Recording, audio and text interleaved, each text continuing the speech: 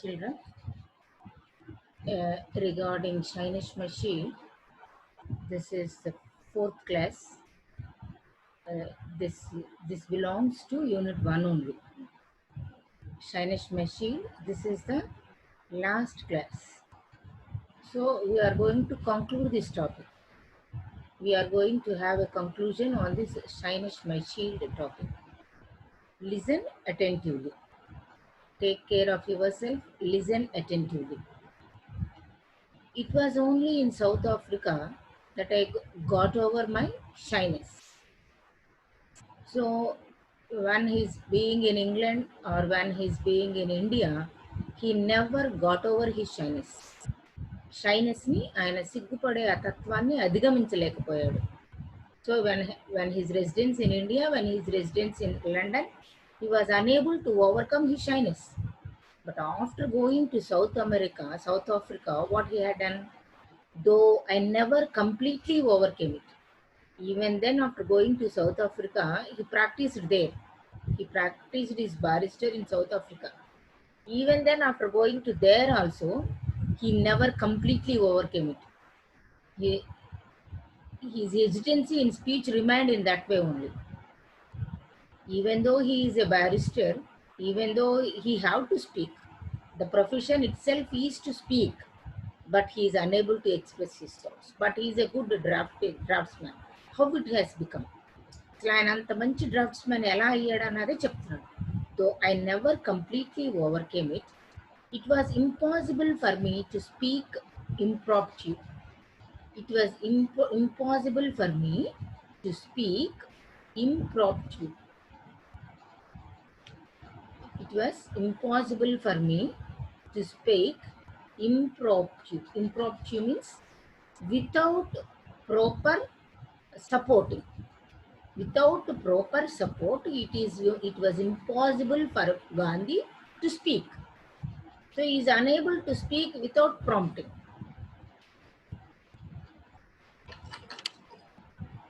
Once I hesitated whenever I had to face strange audiences.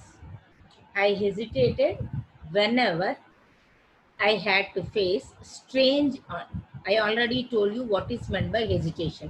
What is meant by hesitation? మొహమాట పడ్డం. Hesitation అంటే ఏంటమ్మా? మొహమాట పడ్డం. ఆయన ఎప్పుడు కూడా మాట్లాడాలంటే చాలు మొహమాట పడతాడు. Hesitation. I hesitated whenever I had to face. ఎవరితో అయినా ఫేస్ టు ఫేస్ రాగానే ఆయనకి వెంటనే మొహమాటం వచ్చేసేది. అంటే సిగ్గుపడిపోయేవాడు. మాట్లాడడం అంటేనే ఆయనకి హెజిటేషన్ వచ్చేసింది. స్ట్రేంజ్ ఆడియన్సెస్, పరిచయమైన వాళ్ళు కాకుండా strange people, whenever he see new faces and avoided making a speech whenever I could. కొత్త మనుషులు కనపడితే ఆయన మాట్లాడడం మానేశారు. Avoided. He used to avoid making a speech whenever I could. So whatever it is possible, he used to avoid. ఎంత possibility ఉంటే అంత ఆయన అవాయిడ్ చేసుకుంటూ ఉండేవాడు. Even today, so when he is writing this book, by that time also, I do not think I could or would even be inclined to keep a meeting of friends engaged in idle talk. So see here, engaged means to pass over the time. So we people, we used to sit with our friends and have a chit chat. It's an ordinary thing, it's a common thing. Even today, I do not think. So he used to feel for himself, I could or would even be inclined. Inclined means to bend. I do not think I could or would even be inclined to keep a meeting of friends engaged in idle talk. ఊరికి కూర్చొని ఫ్రెండ్స్తో కూసేపు సరదాగా మాట్లాడడం అనేది ఈ రోజుకి ఆయనకి కుదరలేదు. Even today I do not think, ఆయన అనుకుంటున్నాడు, ఐ కుడ్ ఆర్ వుడ్ చేయగలను, చేస్తాను, రెండు కూడా ఆయనకి అనుమానం. Even be inclined to keep a meeting of friends engaged in idle talk. సరదాగా కూర్చొని మాట్లాడగలిగే శక్తి ఇప్పటికైనా నాకుంది అని నేను అనుకోవట్లేదు అని అంటున్నారు గాంధీ గారు. I think you could understand well.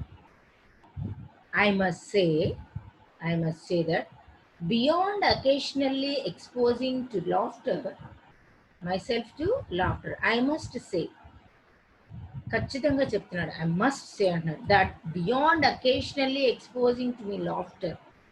So మాట్లాడడానికి ప్రయత్నిస్తే ఏమైపోయేది, అయినా ప్రతిసారి తన తానే నవ్వించేసుకున్నట్టు అయిపోయాడు. My constitutional shyness, see the spelling,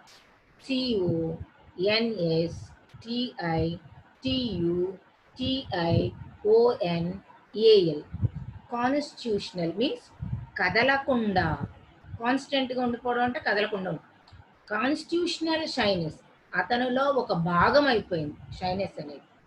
my constitutional shyness has been no disadvantage whatever. నాలో కదలకుండా ఉండిపోయిన ఈ షైనెస్ అనే క్వాలిటీ నాకెప్పుడూ కూడా అపకారం చేయలేదు, డిసడ్వాంటేజ్ అస్సలా కాదు. My constitutional shyness has been no disadvantage whatever. ఏమైనప్పటికీ కూడా నాలో కదలకుండా ఉండిపోయిన ఈ సిగ్గుపడే మనస్తత్వం నాకెప్పుడూ కూడా మేలే చేసింది కానీ హాని చేయలేదు, డిసడ్వాంటేజ్ వాట్ ఎవర్. ఇన్ఫ్యాక్ట్ ఇంకా ఒక విధంగా I can see that on the contrary it has been all to my advantage. ఒక విధంగా కాంట్రరీ మీన్స్ పోల్చి చూసినట్లయితే, కాంట్రాక్ట్ కలర్స్ అంటారు, కాంట్రాస్టింగ్ కలర్స్ అంటారు, CONTRARY. కాంట్రరీ అంటే పోల్చి చూస్తే, it has been all to my advantage, ఒక విధంగా మంచే జరిగింది. అలా తను సిగ్గుపడడం వల్ల ఏమైందట, it has been all to my advantage, అది ఒక విధంగా మేలు చేసినట్లయిందట. మై హెసిటెన్సీ ఇన్ స్పీచ్, మాట్లాడడంలో ఆయన ఎప్పుడైతే మొహమాట పడ్డాడో, విచ్ వాజ్ వన్స్ అన్ అనాయన్స్, ఒకప్పుడు ఏదైతే తను మాట్లాడలేకపోయానని అలజడి చెందాడో, see the meaning of annoyance, ANNOYANCE, annoyance, ANNOYANCE. అంటే అలజడి, లోపల అలజడి కల. which was once an annoyance is now a pleasure.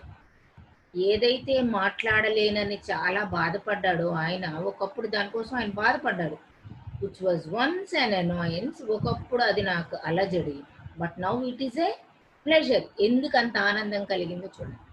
తను మాట్లాడలేకపోయినప్పటికీ కూడా it has become a pleasure for him. How it had happened, we just see. Its greatest benefit has been that it has taught me the economy of words. Its greatest benefit, చూడండి, అతను మాట్లాడలేకపోవడం వల్ల ఏం జరిగిందంటే benefit అయింది. ఎలా అంటే greatest benefit, he is using superlative degree, great, greater, greatest.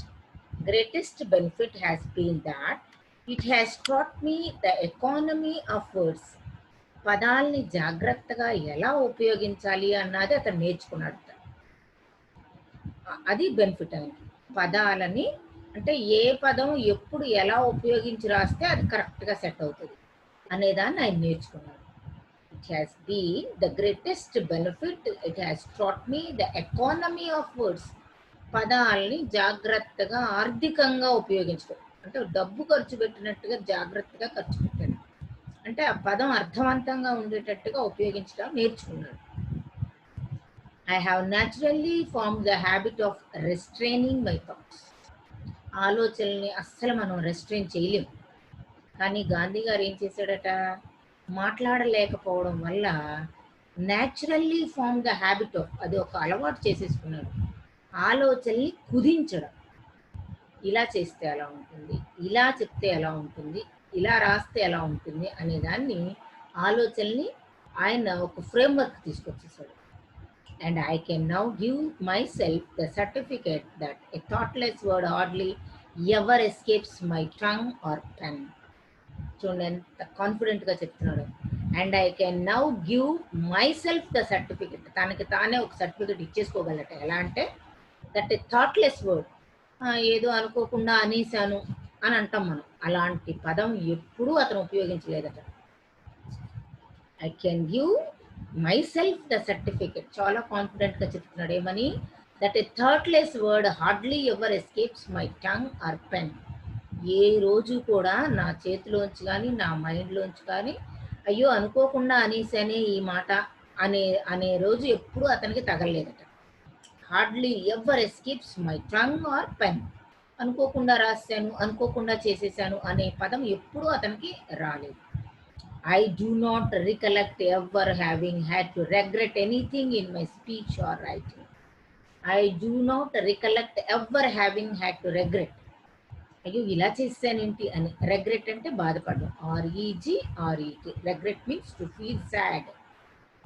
Anything in my speech or writing, ఇలా రాసేసానేంటి, అయ్యో ఇలా అన్నానేంటి అనే రోజు అతనికి ఎప్పుడూ కూడా కలగలేదు.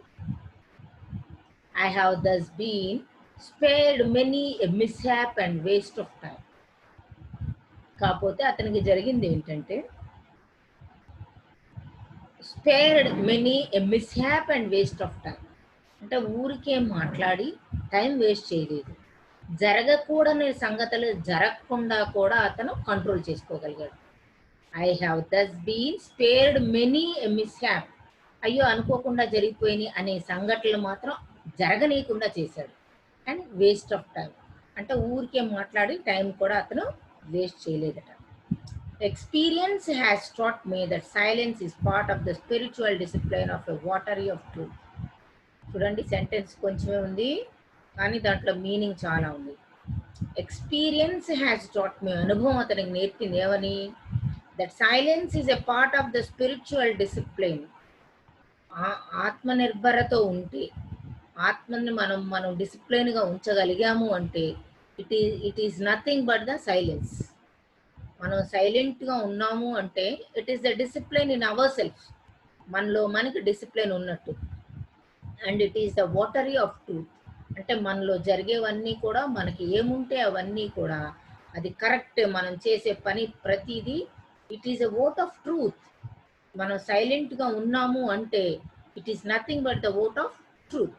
So we're doing good thing, we're in a right process అనే దాన్ని మనం ఏం చెప్తుందట, silence.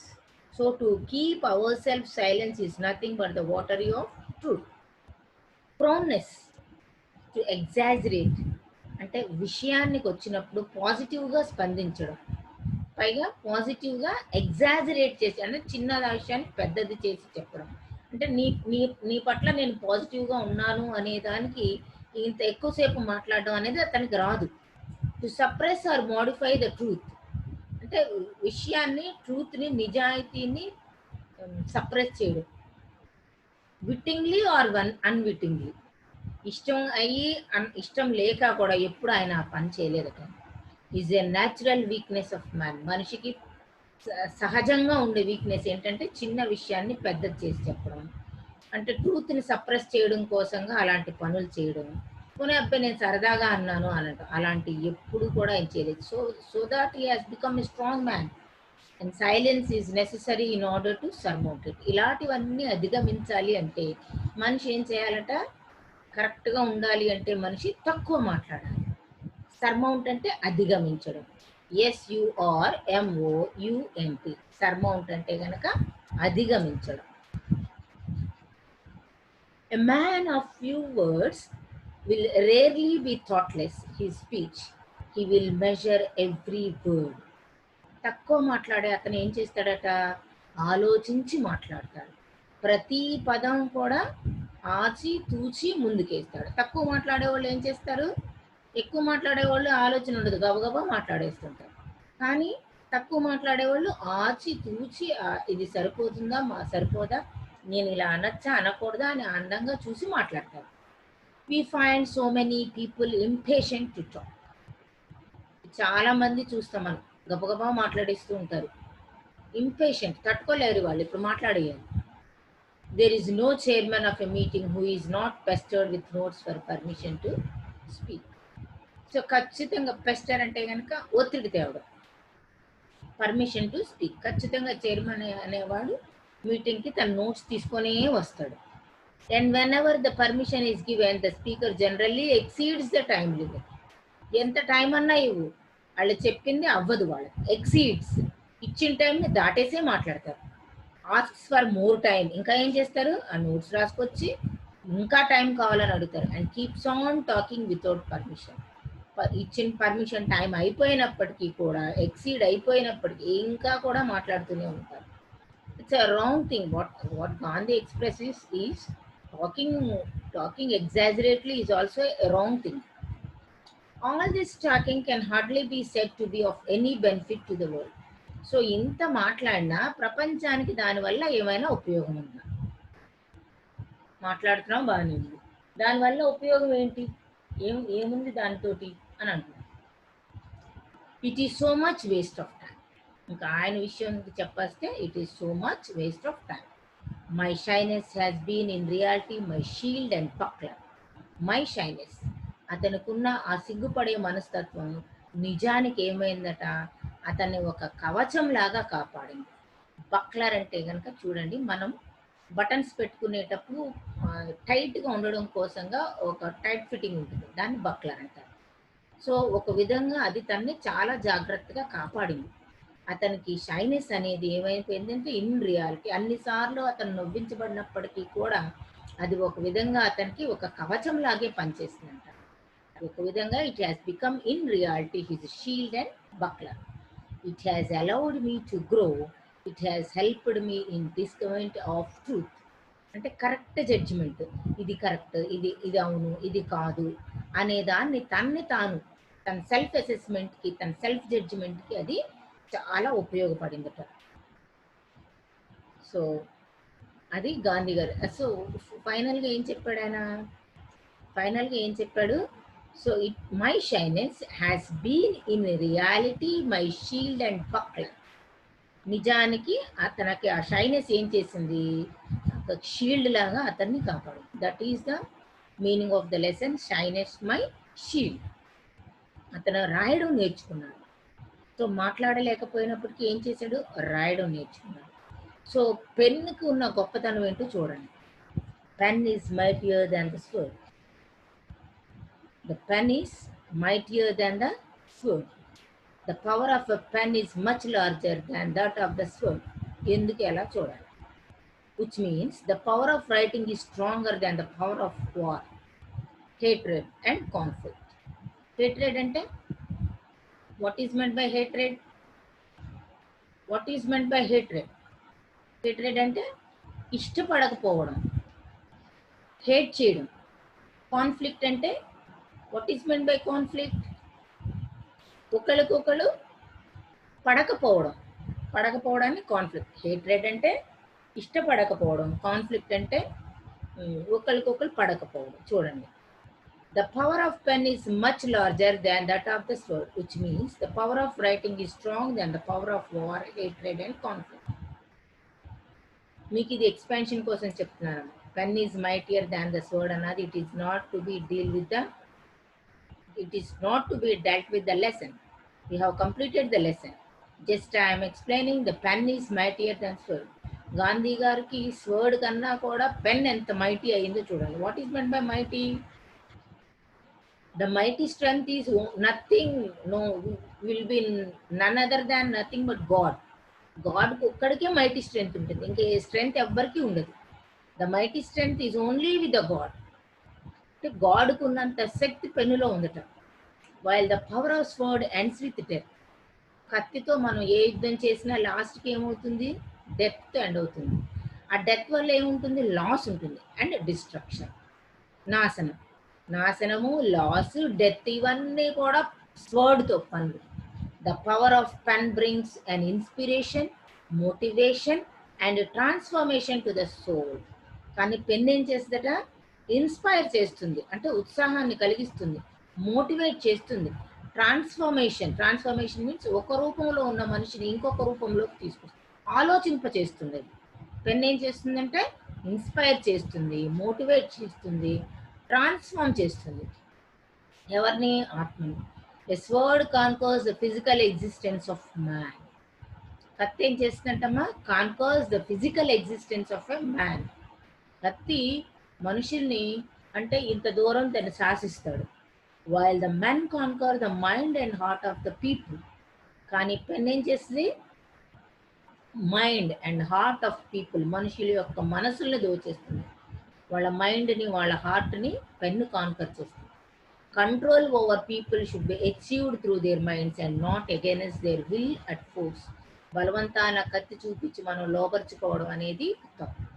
This is why a sword can never be mightier than a pen. అందుకనే కత్తి కన్నా కూడా కలం గొప్పది. This is only an explanation, it is nothing to be dealt with the lesson. లెసన్కి దీనికి సంబంధం లేదమ్మా, జస్ట్ ఎక్స్ప్లెయిన్ చేస్తాను. ఇది మీకు fill in the blanks. Last time ఇచ్చిన దానికి లాస్ట్ లెసన్లో మీకు ఎక్సర్సైజ్ ఇచ్చాను, దాని answers. Please come and SIT with me. The cat ran across the road. He died for his country. She spoke to me in English. Robert goes to the church on Sunday. They live under the same roof. He has known me for a long time. I am sorry for what I have done. God is always good to me. There is no use crying over split milk. పడిపోయిన పాల కోసం ఏడ్చిన లాభం లేదు. So these are the suitable prepositions for the last time I had given you this exercise. So to see the answers, write down in your notes and make it an internal assessment book. If you believe, you will succeed. నాకు రాదు అని అనుకోకూడదు. నీ మీద నువ్వు నమ్మకం పెట్టుకోవాలి, ఖచ్చితంగా ఆ సక్సెస్ అవుతుంది. అది ఎలా అవుతుందో చూడండి. ఎ లిటిల్ ప్రోగ్రెస్ ఈచ్ డే. ఇవాళ 4 పదాలు నేర్చుకున్నాం, రేపు 4 పదాలు నేర్చుకుంటాం, ఎల్లుండి మొత్తం కలిపి ఎన్నైనా. A little progress each day adds up to big results. So 4 days, if you learn 4 words, 4, 4, 4, 4, how many it has become? 4 5s are 20. 5 days, 4 words. 4 5 6. You got 20 words vocabulary. A little progress each day adds up to big results. Thank you all.